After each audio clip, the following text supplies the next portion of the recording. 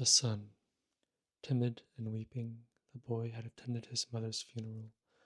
Gloomy and shy, he had listened to Siddhartha, who greeted him as his son, and who welcomed him at his place in Vasudeva's hut. Pale, he sat for many days by the hill of the dead, did not want to eat, gave no open look, did not open his heart, met his fate with resistance and denial. Siddhartha spared him and let him do as he pleased. He honored his mourning. Siddhartha understood that his son did not know him, that he could not love him like a father. Slowly, he also saw and understood that the 11-year-old was a pampered boy, a mother's boy, and that he had grown up in the habits of rich people, accustomed to finer food, to a soft bed, accustomed to giving orders to servants. Siddhartha understood that the mourning, pampered child could not suddenly and willingly be content with a life among strangers and in poverty. He did not force him. He did many a chore for him, always picked the best piece of meal for him. Slowly, he hoped to win him over by friendly patience. Rich and happy, he had called himself when the boy had come to him. Since time had passed on in the meantime, and the boy remained a stranger and in a gloomy disposition, since he displayed a proud and stubbornly disobedient heart, did not want to do any work, did not pay respect to the old men, stole from Vasudeva's fruit trees. Siddhartha began to understand that his son had not brought him happiness and peace, but rather suffering and worry. But he loved him, and he preferred the suffering and worries of love over happiness and joy without the boy. Since young Siddhartha was in the hut, the old men had split the work. Vasudeva had taken on the job of the ferryman again by himself, and Siddhartha, in order to be with his son, did the work in the hut in the field. For a long time, for long months, Siddhartha waited for his son to understand him, to accept his love, to perhaps reciprocate it. For long months, Vasudeva waited, watching, waited and said nothing. One day, when Siddhartha, the younger, had once again tormented his father very much with spite and an unsteadiness in his wishes, and had broken both of his rice bowls, Vasudeva took in the evening his friend aside and talked to him. Pardon me, he said. From a friendly heart I'm talking to you. I'm seeing that you are tormenting yourself. I'm seeing that you're in grief. Your son, my dear, is worrying you, and he is also worrying me. That young bird is accustomed to a different life, to a different nest. He has not, like you, ran away from riches and from the city, being disgusted and fed up with it. Against his will, he had to leave it all behind. I asked the river, oh friend, many times I've asked it, but the river laughs. It laughs at me. It laughs at you and me and is shaking with laughter out of foolishness. Water wants to join water. Youth wants to join youth. Your son is not in the place where he can prosper. You too should ask the river. You too should listen to it. Troubled, Siddhartha looked into his friendly face, and there were many wrinkles of which there was incessant cheerfulness. How could I part with him? He asked, ashamed. Give me some time, my dear. See, I'm fighting for him. See, I'm seeking to win his heart with love, and with friendly patience I intend to capture it. One day the river shall also talk to him. He also is called upon. Vasudeva's smile flourished more warmly. Oh yes, he too is called upon. He too is of eternal life. But do we, you and me, know what he is called upon to do? What path to take, what actions to perform, what pain to endure? Not a small one, this pain will be. After all, his heart is proud and hard. People like this have to suffer a lot, err a lot, do much ingest, burden themselves with much sin. Tell me, my dear, you're not taking control of your son's upbringing. You don't force him. You don't beat him. You don't punish him. No, Vasudeva, I don't do any of this. I knew it. You don't force him, you don't beat him. Don't give him orders because you know that soft is stronger than hard. Water is stronger than rocks. Love stronger than force. Very good, I praise you. But aren't you mistaken in thinking that you wouldn't force him, wouldn't punish him? Don't you shackle him with your love? Don't you make him feel inferior every day? And don't you make it even harder on him with your kindness and patience? Don't you force him, the arrogant and pampered boy, to live in a hut with his two old banana eaters, to whom even rice is a delicacy, whose thoughts can't be his, whose heart are old and quiet and beats in a different pace than his. Isn't he punished by all this? Troubled, Siddhartha looked to the ground. Quietly he asked, "What do you think I should do?" Quoth Vasudeva, "Bring him into the city, bring him into his mother's house. There will still be servants around. Give him to them, and when there aren't any around any more, bring him to a teacher, not for the teaching's sake, but so that he shall be among other boys, and among girls, and in the world which is his own. Have you never thought of this?" "You're seeing into my heart," Siddhartha spoke sadly. "Often I have thought of this. But look, how should I put him, who had no tender heart anyhow, into this world? Won't he become exuberant? Won't he lose himself into pleasure and power?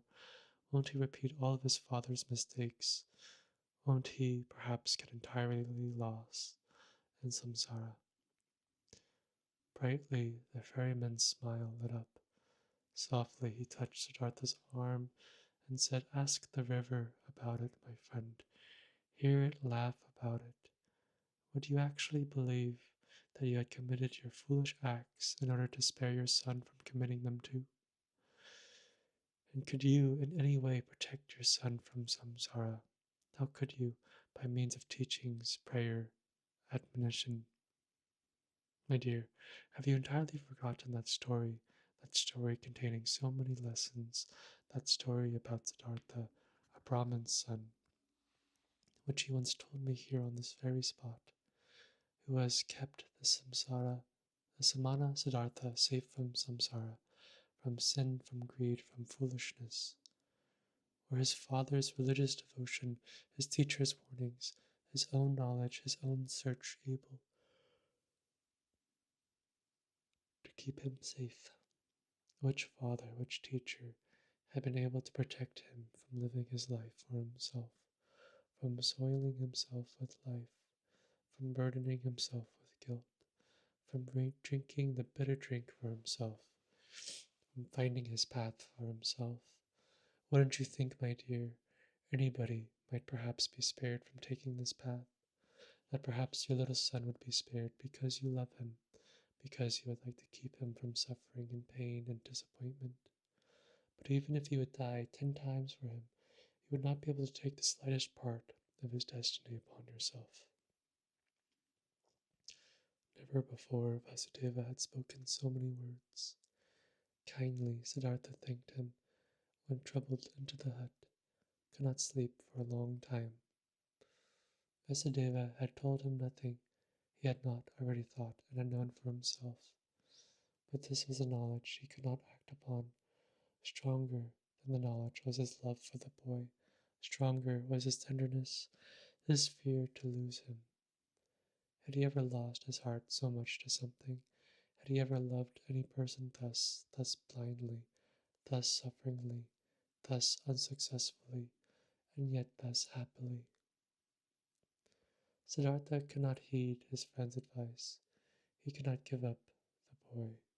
He let the boy give him orders, let him disregard him. He said nothing and waited. Daily he began the mute struggle of friendliness, the silent war of patience. Vasudeva also said nothing and waited, friendly, knowing, patient. They were both masters of patience. At one time, when the boy's face reminded him very much of Kamala,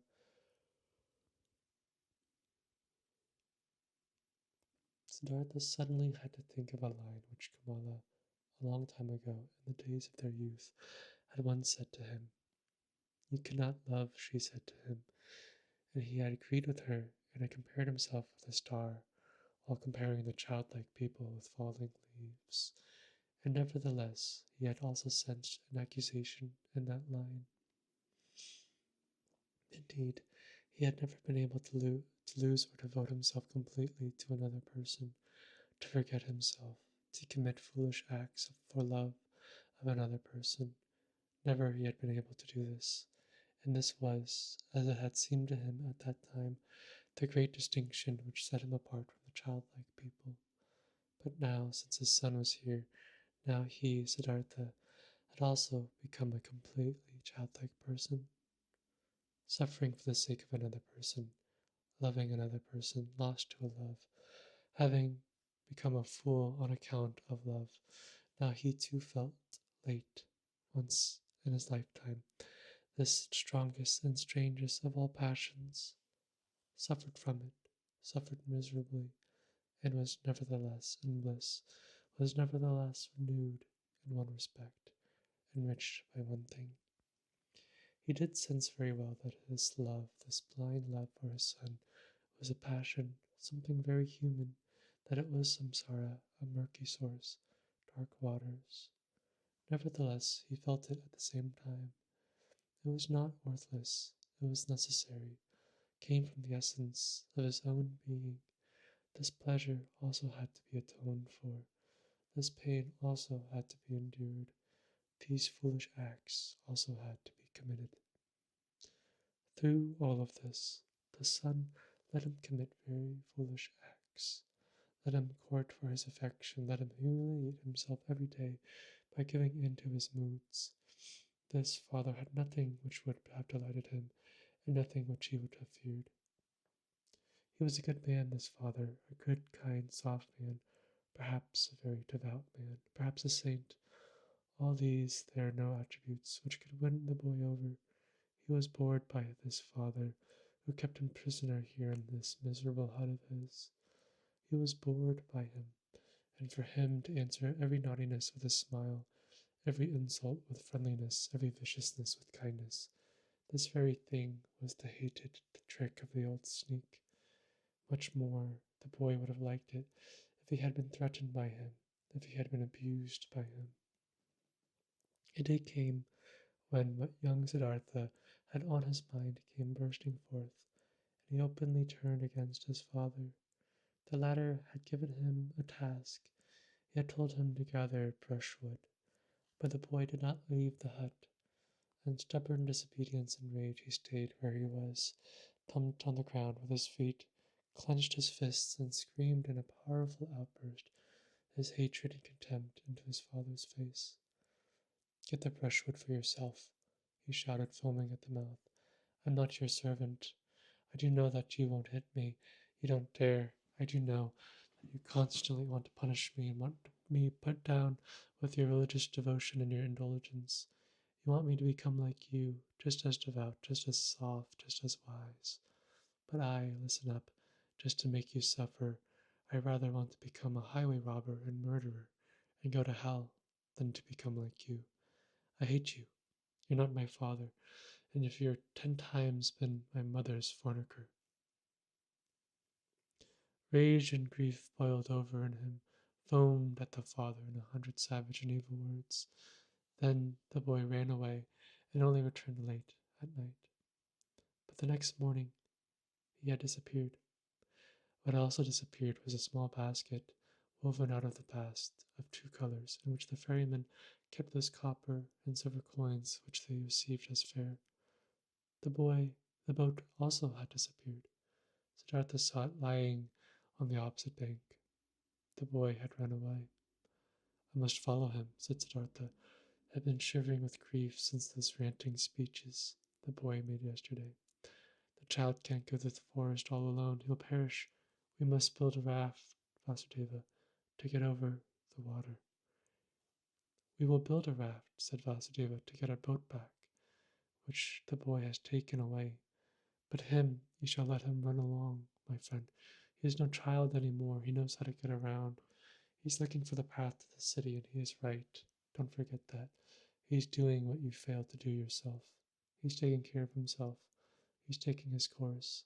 Alas, Siddhartha, I see you suffering, but you're suffering a pain at which one would like to laugh, at which you'll soon laugh for yourself. Siddhartha did not answer. He already held the axe in his hands and began to make a raft of bamboo, and Vasudeva helped him to tie the canes together with ropes of grass. Then they crossed over, drifted far off their course, pulled the raft upriver on the opposite bank. Why did he take the axe along? Asked Siddhartha. Vasudeva said, it might have been possible that the oar of the boat got lost. But Siddhartha knew what his friend was thinking. He thought the boy would have thrown away or broken the oar in order to get even and in order to keep them from following him. And in fact, there was no oar left in the boat. Vasudeva pointed to the bottom of the boat and looked at his friend with a smile, as if he wanted to say, don't you see what your son is trying to tell you?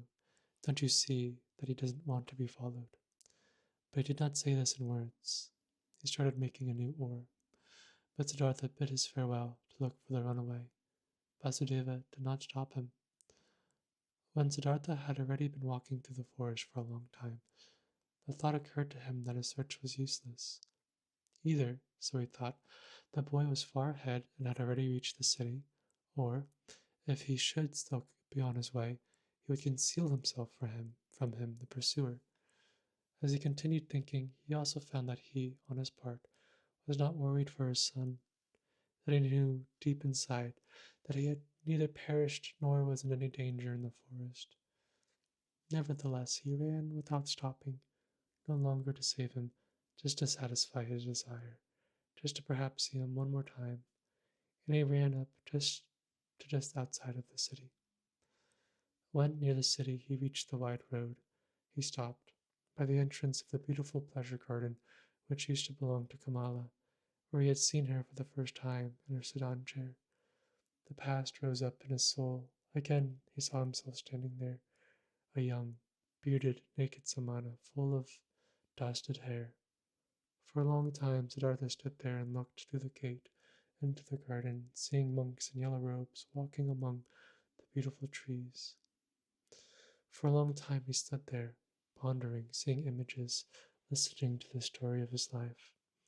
For a long time he stood there, looked at the monks, saw young Siddhartha in their place, saw young Kamala walking among the high trees.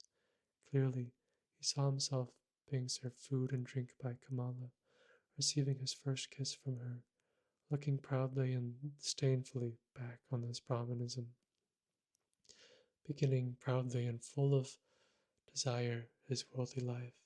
He saw Kamaswami, saw the servant, the orgies, the gamblers with the dice, the musicians, saw Kamala's songbird in a cage, lived through all this once again, breathed samsara, was once again old and tired, felt once again disgust, felt once again the wish to annihilate himself, was once again healed by the holy Om. After been standing by the gate by the garden for a long time, Siddhartha realized that his desire was foolish, which had made him go up to this place, that he could not help his son, that he was not allowed to cling to him. Deeply he felt the love for the runaway in his heart. Like a wound, he had felt at the same time that this wound had not been given to him in order to turn the knife in, that it had to become a blossom and had to shine, that this wound did not blossom yet, did not shine yet, at this hour, made him sad. Instead of the desired goal which had drawn him here following the runaway son, there was now emptiness. Sadly he sat down, felt something dying in his heart, experienced emptiness, saw no joy any more, no goal. He sat lost in thought and waited. This he had learned by the river, this one thing, waiting, having patience, listening attentively. And he sat and listened in the dust of the road, listened to his heart, beating tiredly and sadly, waited for a voice. Many an hour he crouched, listening, saw no images any more, fell into emptiness, let himself fall, without seeing a path. And when he felt the wound burning, he silently spoke the Om, filled himself with Om. The monks in the garden saw him, and since he crouched for many hours and dust was gathering on his gray hair, one of them came to him and placed 2 bananas in front of him. The old man did not see him. From this petrified state, he was awoken by a hand touching his shoulder.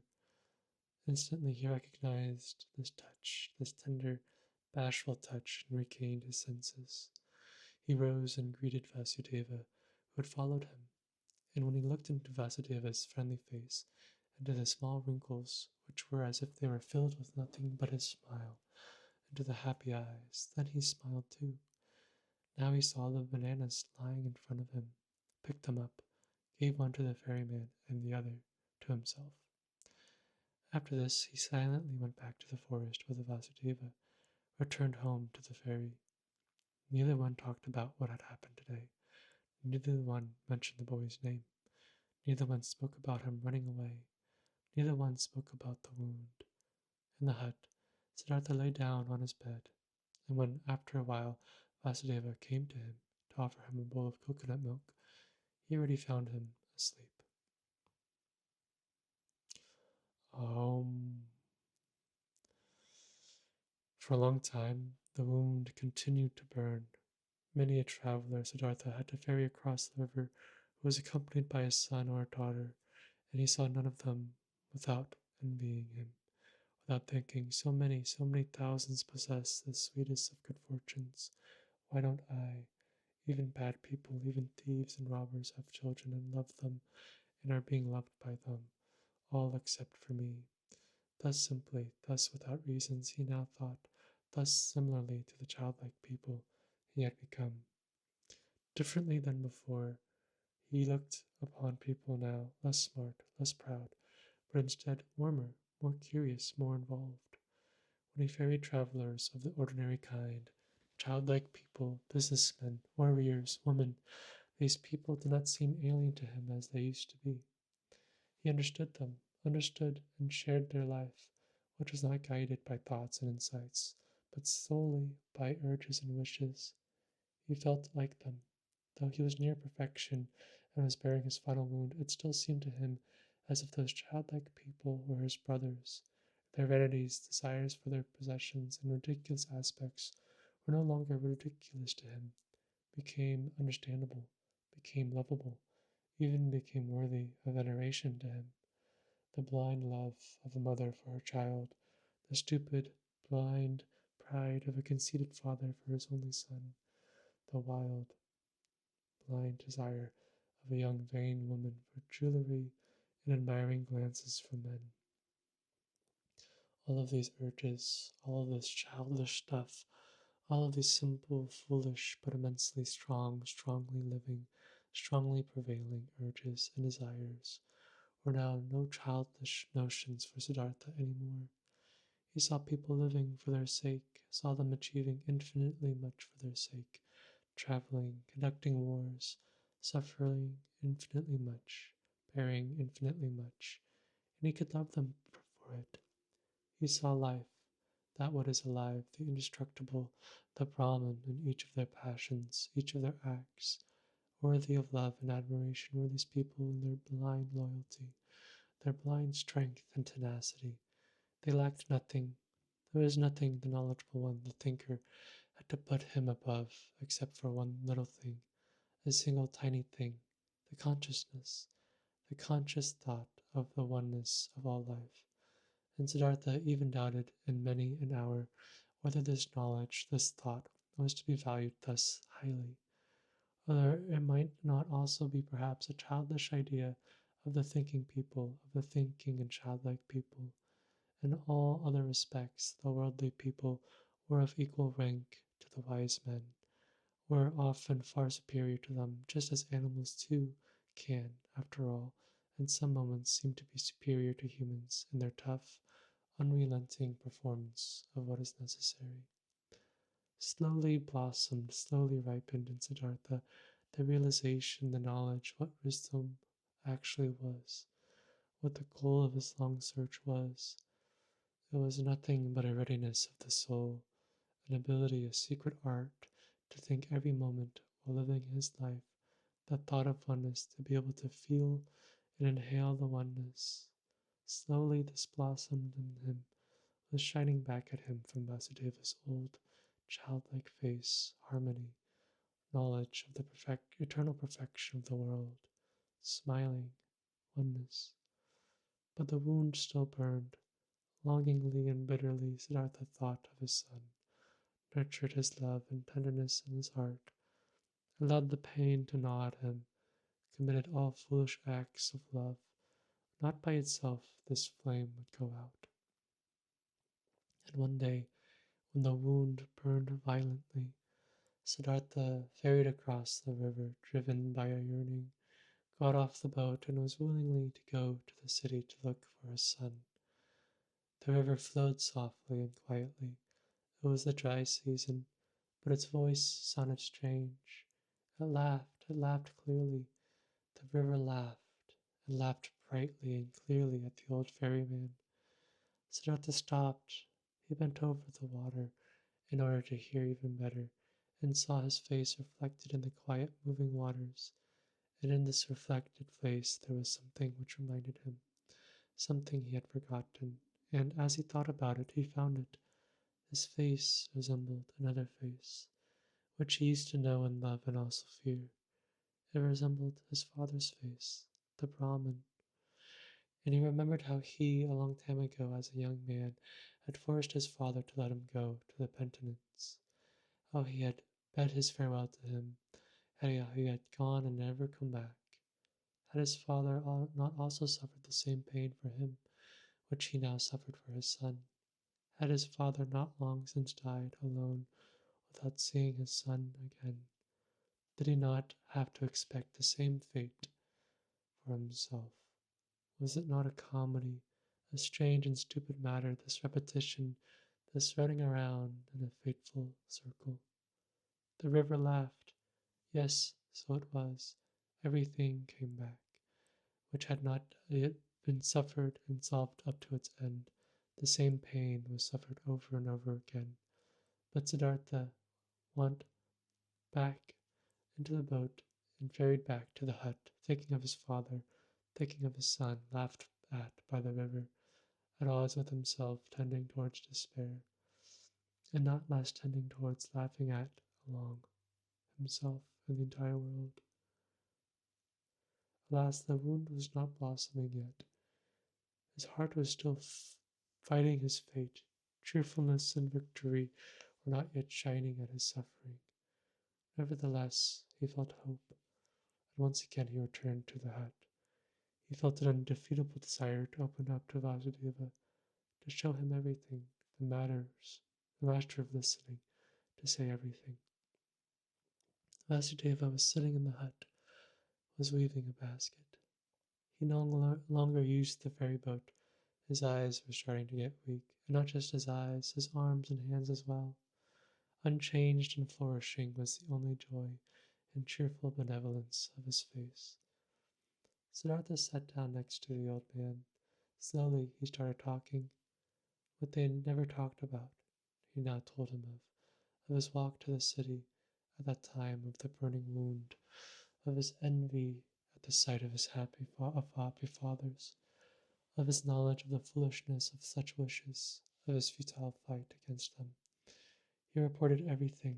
He was able to say everything, even the most embarrassing parts. Everything could be said, everything shown, everything he could tell. He presented his wound, also how he fled today, how he ferried across the river, a childish runaway, willing to walk to the city, how the river had laughed. While he spoke for a long time, while Vasudeva was listening with a quiet face. Vasudeva's listening gave Siddhartha a stronger sensation than ever before. He sensed how his pain, his fear flowed over to him, how his secret hope flowed over, came back to him from his counterpart.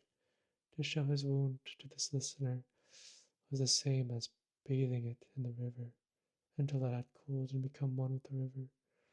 While he was still speaking, still admiring, and still confessing, Siddhartha felt more and more that this was no longer Vasudeva, no longer a human being who was listening to him, that this motionless listener was absorbing his confession into himself like a tree, the rain, that this motionless man was the river itself, that he was God himself, that he was the eternal itself.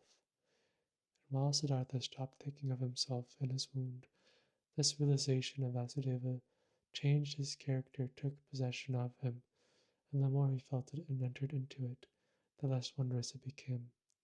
The more he realized everything was in order and natural, that Vasudeva had already been like this for a long time, almost forever, that only he had not quite recognized it. Yes, that he himself had almost reached the same state. He felt that he was now seeing old Vasudeva as the people see gods, that this could not last. In his heart, he started bidding his farewell to Vasudeva. Throughout all of this, he talked incessantly. When he had finished talking, Vasudeva turned his friendly eyes, which had grown slightly weak at him, said nothing, let his silent love and his cheerfulness, understanding and knowledge shine at him. He took Siddhartha's hand, led him to the seat by the bank, sat down with him, smiled at the river.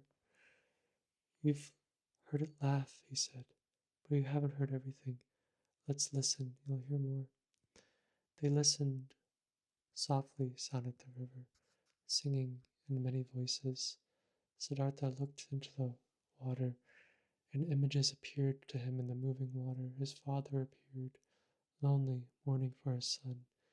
He let himself appear lonely. He was also tied with the bondage of yearning to his distant son. His son appeared, lonely as well, the boy greedily rushing along the burning course of his young wishes, each of them heading for his goal, each one obsessed by the goal, each one suffering. The river sang with the voice of the suffering.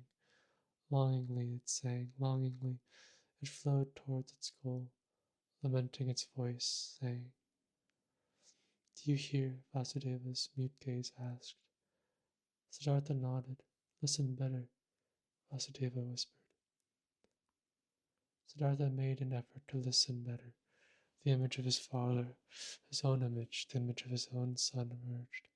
Kamala's image also appeared and disappeared, and the image of Govinda and all other images, and they merged with one another, turned all into the river, all headed being the river, for their goal, longing, desiring, suffering, and the river's voice sounded full of yearning, full of burning woe, full of unsatisfied desire.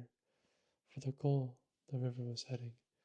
Siddhartha saw it hurrying the river, which consisted of him and his loved ones, and of all people he had ever seen. All of these waves and waters were hurrying, suffering towards goals. Many goals, the waterfall, the lake, the rapids, the sea, and all goals were reached, and every goal was followed by a new one. And the water turned into vapor and rose to the sky, turned into rain and poured down from the sky, turned into a source, a stream, a river, headed forward once again, flowed on once again. But the longing voice had changed. It still resounded, full of suffering, searching, and other voices joined it. Voices of joy and of suffering, good and bad voices, laughing and sad ones. 100 voices, 1,000 voices. Siddhartha listened. He was now nothing but a listener, completely concentrated on listening, completely empty. He felt that he had now finished learning to listen. Often before, he had learned all of this, these many voices in the river. Today it sounded new. Already, he could no longer tell the many voices apart, not the happy ones from the weeping ones, not the ones of children from those of men. They all belonged together, all the lamentation of yearning, and the laughter of the knowledgeable one, the scream of rage, and the moaning of the dying ones. Everything was one, everything was intertwined and connected, entangled 1,000 times, and everything Together, all voices, all goals, all yearning, all suffering, all of it together was the flow of events, was the music of life. And when Siddhartha was listening attentively to this river, the song of 1,000 voices, when he neither listened to the suffering nor the laughter, when he did not tie his soul to any particular voice, and submerged himself into it, but when he heard them all, perceived the whole, the oneness, then the great song of the 1,000 voices consisted of a single word, which was Om, the perfection. Do you hear? Vasudeva's gaze asked again. Brightly, Vasudeva's smile was shining, floating radiantly over all the wrinkles of his old face, as the Om was floating in the air over all the voices of the river. Brightly his smile was shining when he looked at his friend, and brightly the same smile was starting to shine on Siddhartha's face as well. His wound blossomed, his suffering was shining, his self had flown into the oneness. At this hour, Siddhartha stopped fighting his fate, stopped suffering. On his face flourished the cheerfulness of a knowledge which is no longer opposed by any will, which knows perfection, which is in agreement with the flow of events, with the current of life, full of sympathy for the pain of others, full of sympathy for the pleasure of others, devoted to the flow, belonging to the oneness. When Vasudeva rose from the seat by the bank, when he looked into Siddhartha's eyes and saw the cheerfulness of the knowledge shining in them, he softly touched his shoulder with his hand in this careful and tender manner and said, I have been waiting for this hour, my dear. Now that it has come, let me leave. For a long time I've been waiting for this hour. For a long time I've been Siddhartha. I've been Vasudeva, the ferryman. Now it's enough. Farewell, hut, farewell, river, farewell, Siddhartha. Siddhartha made a deep bow before him and bid his farewell. I've known it, he said quietly. You'll go into the forests? I'm going into the forests. I'm going into the oneness, spoke Vasudeva with a bright smile. With a bright smile he left. Siddhartha watched him leave. With deep joy, with deep solemnity, he watched him leave, saw his steps full of peace, saw his head full of luster, saw his body full of light. Govinda. Together with other monks, Govinda used to spend the time of rest between pilgrimages in the pleasure grove which the courtesan Kamala had given to the followers of Gautama for a gift. He had heard talk of an old ferryman who lived one day's journey away by the river, and who was regarded as a wise man by many.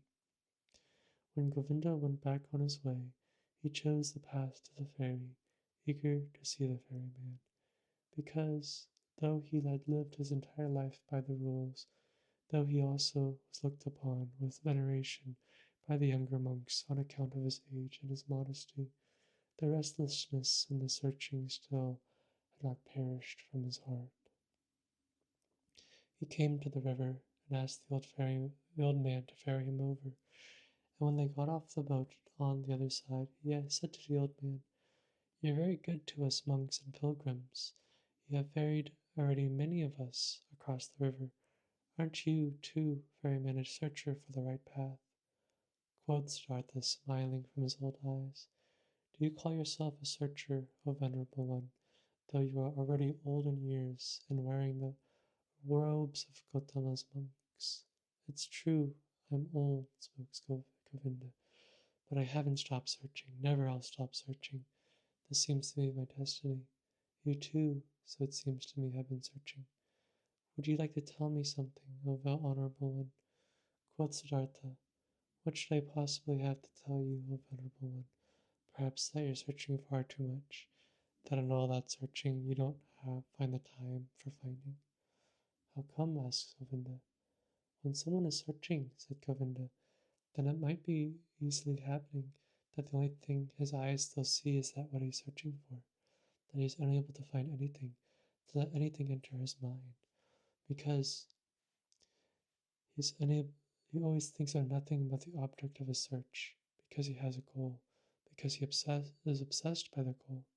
Searching means having a goal, but finding means being free, being open, having no goal. You, O Venerable One, are perhaps indeed a searcher, because striving for your goal, there are many things you don't see, which are directly in front of your eyes. I don't quite understand, asked Govinda. What do you mean by this? Quoth Siddhartha. A long time ago, Venerable One, many years ago, you've once been before at this river, and have found a sleeping man by the river, and have sat down with him to guard his sleep. But oh, Govinda, you did not recognize the sleeping man. Astonished as if he had been the object of a magic spell, the monk looked into the ferryman's eyes. Are you Siddhartha? He asked with a timid voice. I wouldn't have recognized you this time as well. From my heart, I'm greeting you, Siddhartha. From my heart, I'm happy to see you once again. You've changed a lot, my friend, and so now you've become a ferryman. In a friendly manner, Siddhartha laughed. A ferryman, yes. Many people, Govinda, have to change a lot, have to wear many a robe. I am one of those, my dear. But welcome, Govinda, and spend the night in my hut. Govinda stayed the night in the hut and slept on the bed which used to be Vasudeva's bed. Many questions he posed to the friend of his youth. Many things Siddhartha had to tell him from his life. When, in the next morning, the time had come to start the day's journey, Govinda said, not without hesitation, these words: Before I'll continue my path, Siddhartha, permit me to ask one more question. Do you have a teaching, do you have a faith or a knowledge you follow, which helps you to live and to do right? Quoth Siddhartha, you know, my dear, that I already as a young man in those days, when we lived with the penitents in the forest, started to distrust teachers and teachings, and to turn my back to them. I have stuck with this. Nevertheless, I have had many teachers since then.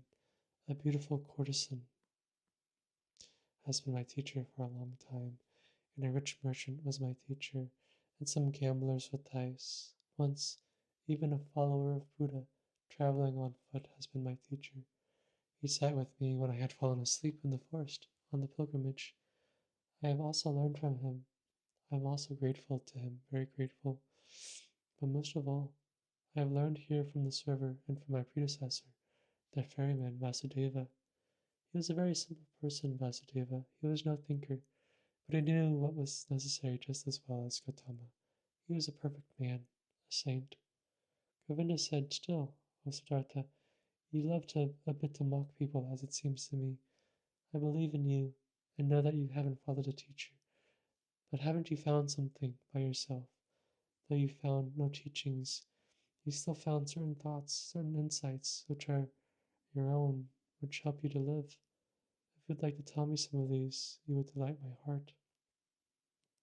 Quoth Siddhartha, I've had thoughts, yes, and insight again and again, sometimes for an hour, or for an entire day. I have felt knowledge in me, as one would feel life in one's heart. There have been many thoughts, but it would be hard for me to convey them to you. Look, my dear Govinda, this is one of my thoughts, which I have found.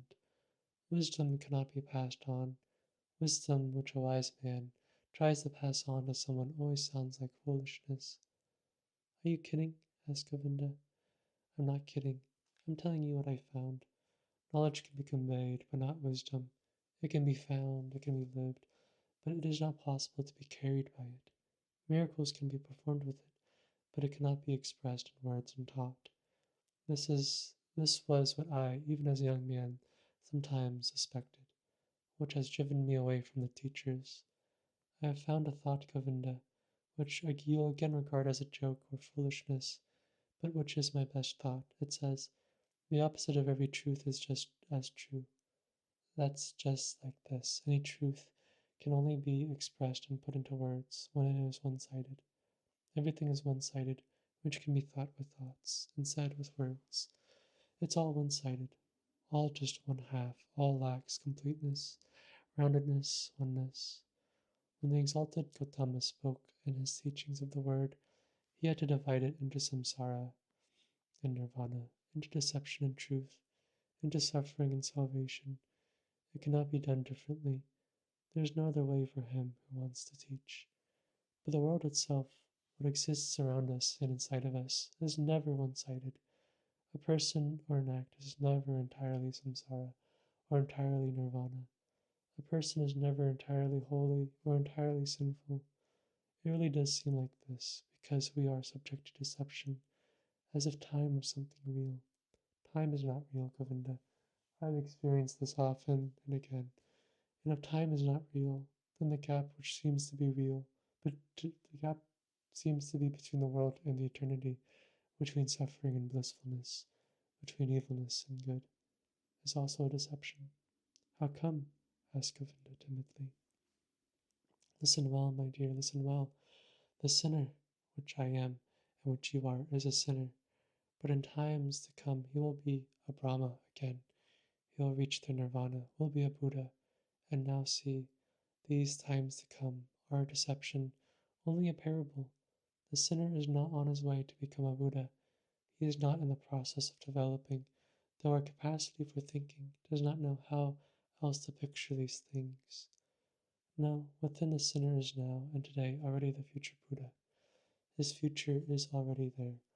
You have to worship him in you, in everyone, the Buddha which is coming into being. The possible, the hidden Buddha, the world, my friend Govinda, is not imperfect or on a slow path towards perfection. No, it is perfect in every moment. All sin already carries the divine forgiveness in itself. All small children already have the old person in themselves. All infants already have death. All dying people the eternal life. It is not possible for any person to see how far another one has already progressed on his path. In the robber and dice gambler, the Buddha is waiting. In the Brahman, the robber is waiting. In deep meditation, there is the possibility to put time out of existence, to see all life which was, is, and will be as if it was simultaneous, and there everything is good, everything is perfect, everything is Brahman. Therefore, I see whatever exists as good. Death is to me like life, sin like holiness, wisdom like foolishness. Everything has to be as it is. Everything only requires my consent, only my willingness, my loving agreement to be good for me, to do nothing but work for my benefit, to be unable to ever harm me. I have experienced on my body and on my soul that I needed sin very much. I needed lust, the desire for possessions, vanity, and needed the most shameful despair in order to learn how to give up all resistance, in order to learn how to love the world, in order to stop comparing it to some world I wished, I imagined, some kind of perfection I had made up, but to leave it as it is, and to love it, and to enjoy being a part of it. These, O Govinda, are some of the thoughts which have come into my mind. Siddhartha bent down and picked up a stone from the ground and weighed it in his hand. This here, he said, playing with it, is a stone, and will, after a certain time, perhaps turn into soil, and will turn from soil into a plant, or animal, or human being. In the past, I would have said, this stone is just a stone. It is worthless. It belongs to the world of the Maya. But because it might be able to become also a human being in a spirit in the cycle of transformations, therefore I also grant it importance. Thus I would perhaps have thought in the past. But today I think this stone is a stone. It is also an animal. It is also a god. It is also Buddha. I do not venerate and love it because it could turn into that or this, but rather because it is already and always everything. And it is in this very fact that it is a stone, that it appears to me now and today as a stone. This is why I love it, and see worth and purpose in each of its veins and cavities, and the yellow and the gray and the hardness, and the sound it makes when I knock at it, and the dryness or wetness of its surface. There are stones which feel like soap or oil, and others like leaves, other like sand, and every one is special and prays the Om in its own way. Each one is Brahman. but simultaneously, and just as much it is a stone, is oily or juicy. But this is the very fact which I like and regard as wonderful and worthy of worship. But let me speak no more of this. The words are not good for the secret meaning. Everything always becomes a bit different as soon as it is put into words. Gets distorted a bit silly, yes, and this is also very good, and I like it a lot. And I also very much agree with this, that this is what the one man's treasured wisdom always sounds like foolishness to another person. Govinda listened silently. Why have you told me about this stone? He asked hesitantly for a pause. I did it without any specific intention, or perhaps what I meant was that love this very stone and the river and all of these things we are looking at and which we can learn. I can love a stone, Govinda, and also a tree or a piece of bark. These are things can be loved, but I cannot love words. Therefore, teachings are no good for me. They have no hardness, no softness, no color, no edges, no smell, no taste. They have nothing but words. Perhaps it is because these are which keep you from finding peace. Perhaps it are the many words, because salvation, virtue as well, samsara and nirvana as well, are just mere words. Govinda, there is no thing which would be nirvana. There is just the word nirvana. Quoth Govinda, not just a word, my friend, is nirvana, it is a thought. Siddhartha continued, a thought, it might be so. I must confess to you, my dear, I don't differentiate much between thoughts and words. To be honest, I have also no high opinion of thoughts. I have a better opinion of things. Here on this ferry boat, for instance, a man has been my predecessor and a teacher, a holy man, who has for many years simply believed in the river, nothing else. He had noticed the river spoke to him. He learned from it. It educated him and taught him. The river seemed to be a god to him. For many years, he did not know that every wind, every cloud, every bird, every beetle was just as divine and knows just as much and can teach just as much as the worshipped river. But when this holy man went into the forests, he knew everything, knew more than you and me, without teachers, without books, only because he had believed in the river. Govinda said, but what is that which you call things? Actually something real? Something which has existence? Isn't it just a deception of the Maya, just an image, an illusion? Your stone, your tree, your river, are they actually a reality? This too, spoke Siddhartha, I do not care very much about. Let the things be illusions or not. After all, I would then also be an illusion, and thus they are always like me. This is what makes them so dear and worthy of veneration for me. They are like me, therefore I can love them. And this is now a teaching you will laugh about. Love, oh Govinda, seems to me to be the most important thing at all. To thoroughly understand the world, to explain it, to despise it, maybe the thing great thinkers do, but I'm only interested in being able to love the world, not to despise it, not to hate it, and me, to be able to look upon it and me and all beings with love and admiration and great respect. This I understand, spoke Govinda, but this very thing was discovered by the exalted one to be a deception. He commands benevolence, clemency, sympathy, tolerance, but not love.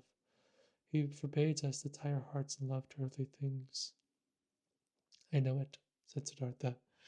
His smile shone golden. I know it, Govinda, and behold, with this we are right in the middle of the thicket of opinions, in the dispute about words, for I cannot deny my words of love are in a contradiction, a seeming contradiction with Gautama's words. For this very reason, I distrust in words so much, for I know this contradiction is a deception. I know that I am in agreement with Gautama. How should he not know love, he who has discovered all elements of human existence in their transitoriness, in their meaninglessness, and yet loved people thus much, to use a long, laborious life only to help them, to teach them, even with him, even with your great teacher. I prefer the thing over the words, place more importance on the acts and his life than on his speeches, more on the gestures of his hand than his opinions, not in his speech, not in his thoughts. I see his greatness only in his actions, in his life. For a long time the two men said nothing. Then spoke Govinda, while bowing for farewell.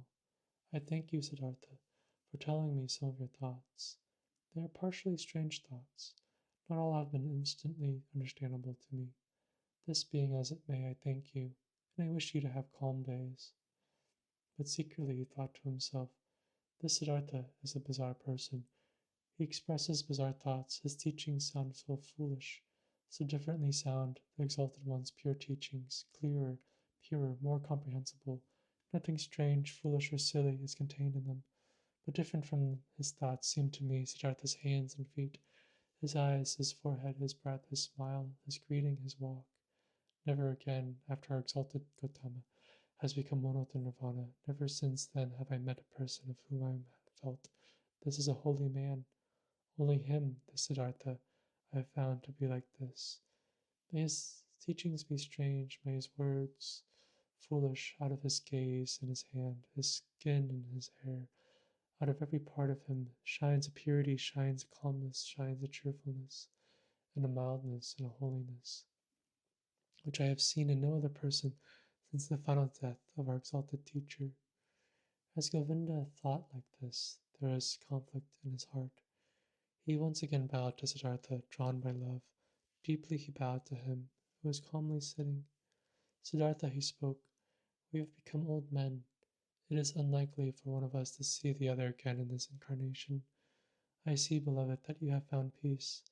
I confess that I haven't found it yet.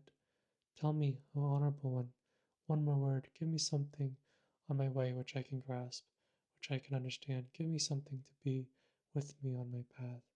It is often hard, my path, often dark, Siddhartha. Siddhartha said nothing and looked at him with the unchanged, quiet smile. Govinda stared at his face with fear, with yearning, suffering, and the eternal search was visible in his look, eternal not finding. Siddhartha saw it and smiled. Bend down to me, he whispered quietly in Govinda's ear. Bend down to me like this, even closer, very close, kiss my forehead, Govinda. But while Govinda was with astonishment, and yet drawn by great love and expectation, obeyed his words, bent down closely to him and touched his forehead with his lips, something miraculous happened to him.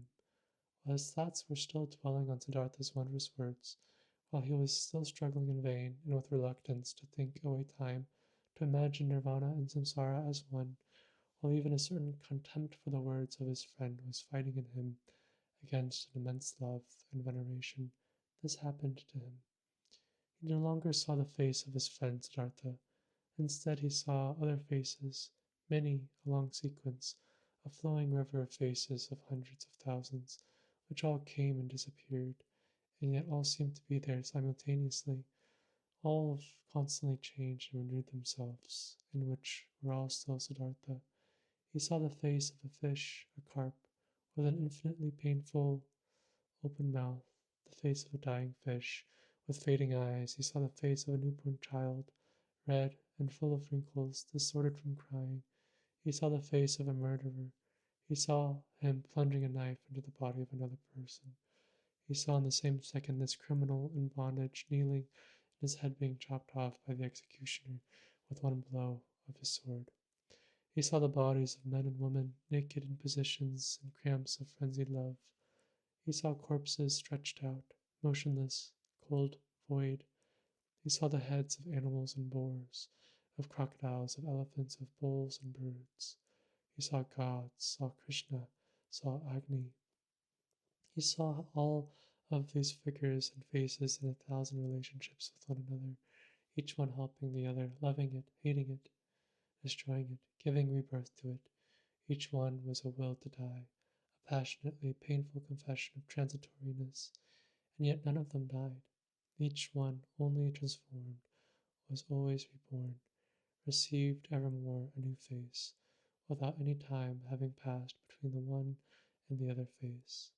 And all of these figures and faces rested, flowed, generated themselves, flowed along, and merged with each other.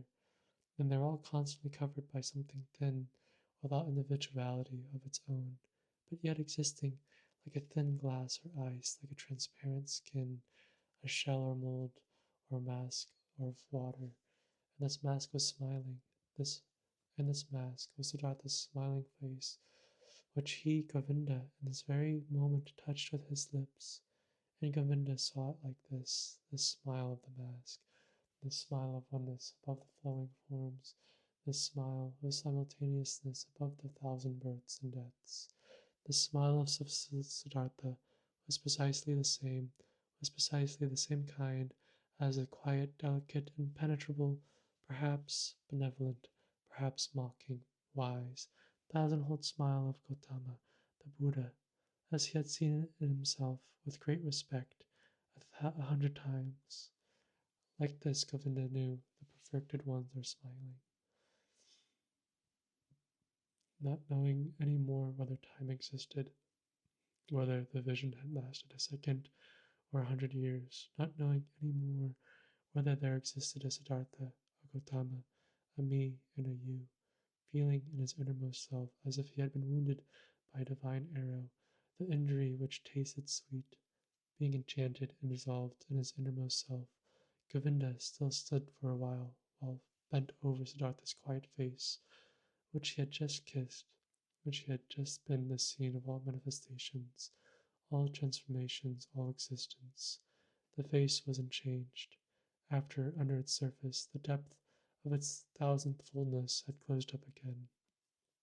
He smiled silently, smiled quietly and softly, perhaps very benevolently, perhaps very mockingly, precisely as he used to smile, the exalted one. Deeply, Govinda bowed.